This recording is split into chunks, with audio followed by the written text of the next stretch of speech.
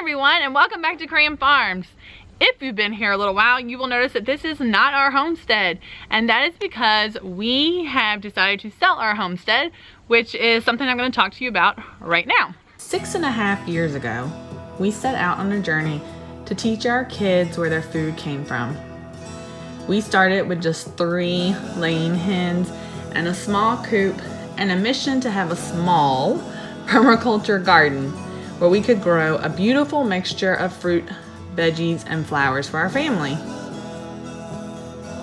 Little did we know that original mission would turn into so much more.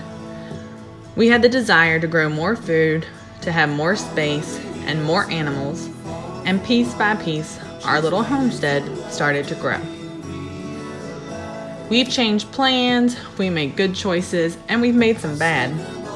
But at the end of the day, our goal has stayed the same: to provide as much food as we can for our family and to use this opportunity as one big homeschool class that never ends for any of us. There is so much to learn here. This was the place that I learned to milk a cow. We learned how strong an animal could be. Like that one time, Buttercup tore down the very first milking stanchion we ever built for her. I wish I had pictures of videos of that night. Probably one of the most dangerous times here.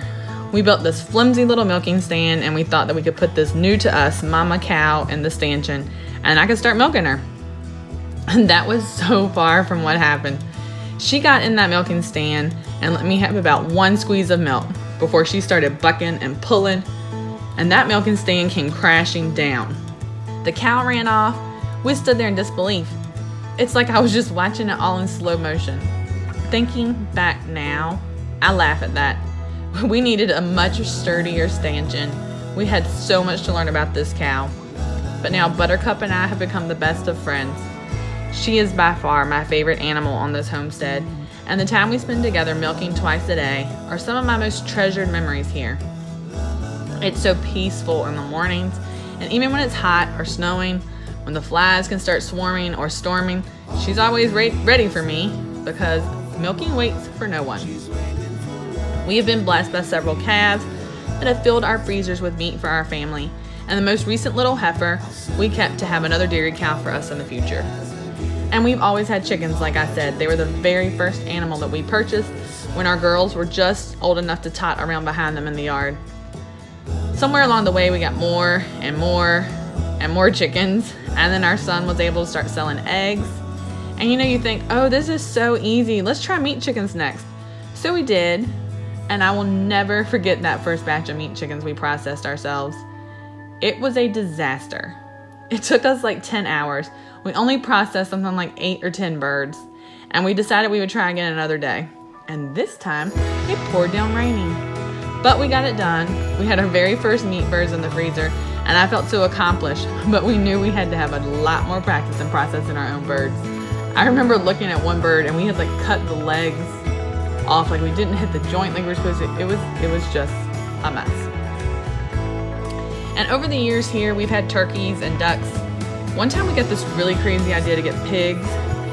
Never again. I don't know. Maybe one day, but we quickly learned that they are escape artists. They would show up on our porch at 9:30 at night. We'd have to get up, get them back in their pen, and they were just not any fun at all for me. Then we were grumpy.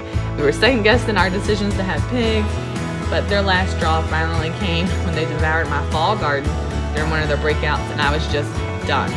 Now, 3 years later, I realized we don't eat a lot of pork because we still have it in our freezer.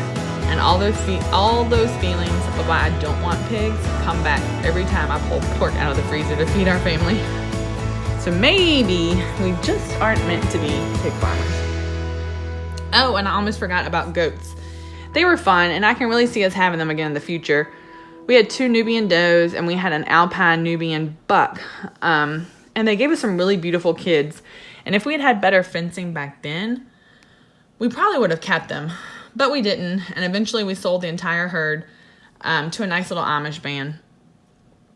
This past year, we added silver fox rabbits to our homestead, and they've worked out really well for us. Silver foxes are a type of meat breed of rabbit, and we really enjoyed having them on the homestead. The kids really love the babies. It's such a great learning experience as they watch them grow and they watch the mothers build the little nest for the kits. It's just a really, really neat experience. And we found them to be really cost efficient as well. If we even sell just a couple from each litter, we're able to pay for all the food and everything that entire herd of rabbits need in order to provide us with food in like 12 to 15 weeks. And then this past year, we did a trial run with lambs, and that worked out so well for us. They would come running to us every time we were in the pasture. The kids really enjoyed them. And to try them, we just purchased 2 lambs from a local farm, and we'll do more research and decide what breed we want for next spring. But right as we were moving from our homestead, we went on ahead and had them processed, and the meat has been really tender and really good, and I'm really pleased that we were able to pasture raise these lambs and have this really good meat to provide for our family. Our garden has grown by leaps and bounds since the first 3 little garden boxes we tried. We had started with 2 fruit trees, a couple of blueberry bushes, and that was all when we first started gardening. And we've tried out wood chip gardening methods, and we've done raised beds, and I will say my raised beds have been my favorite by far. We're able to produce so much food for our family in those. And then this year, you all saw where we used cattle panels a lot more, and we had tons of tomatoes even growing in our front yard.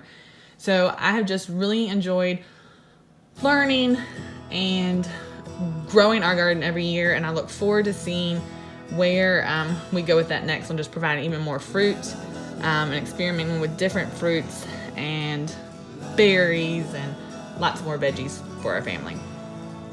And so really that leads us to the question that everyone is asking. Why are you going to sell your homestead when you've put so much work into it? And we have put a ton of work into this place, and it is a joy, and it is something that we started from just building our house 8 years ago, and then our homestead didn't start until about 1.5 years after that. But my husband has worked so hard, and he has worked to make every single dream and every vision that I've ever had on this homestead to come true. And we haven't always agreed on everything, but we have done it together, and it's been such a rewarding experience. It is the place that we have learned and grown as a family, and we have truly carved it out ourselves piece by piece.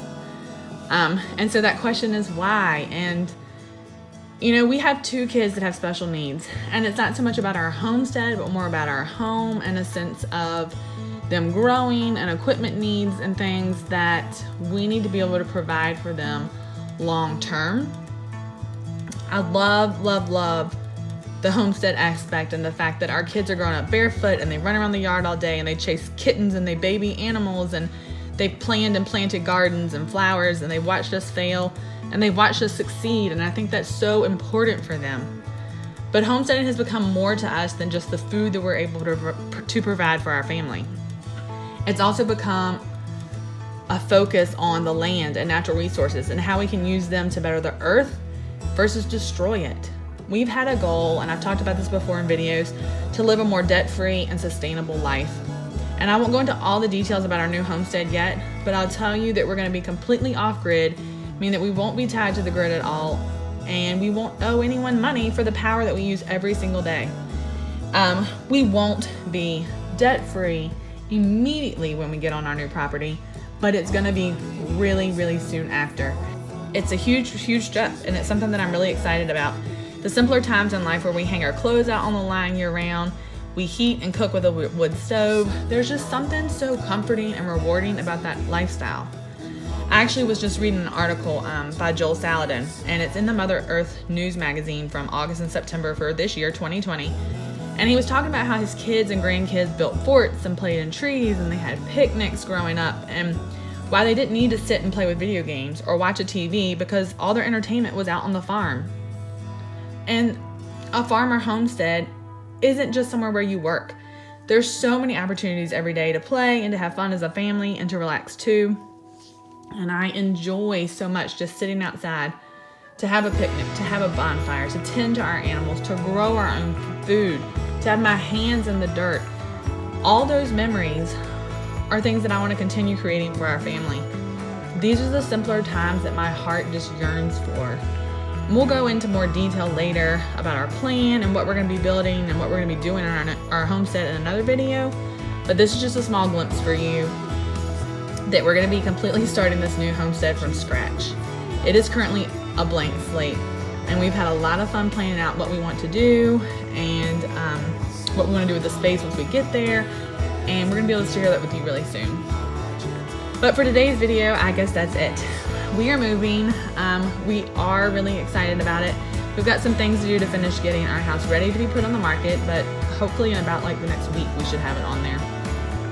Just like cutting the grass, touch up some paint here and there. So stay tuned. We don't want you to miss all the fun that comes with leaving a homestead, moving a homestead, and getting settled on our new property, which they should actually start clearing in about 2 weeks now. So things are going to start moving really quickly with that, and we don't want you to miss any of it. Thank you so much for joining us. Thank you so much for following our journey with us. Hit the subscribe button, and we're going to see you next time right here at Cram Farms.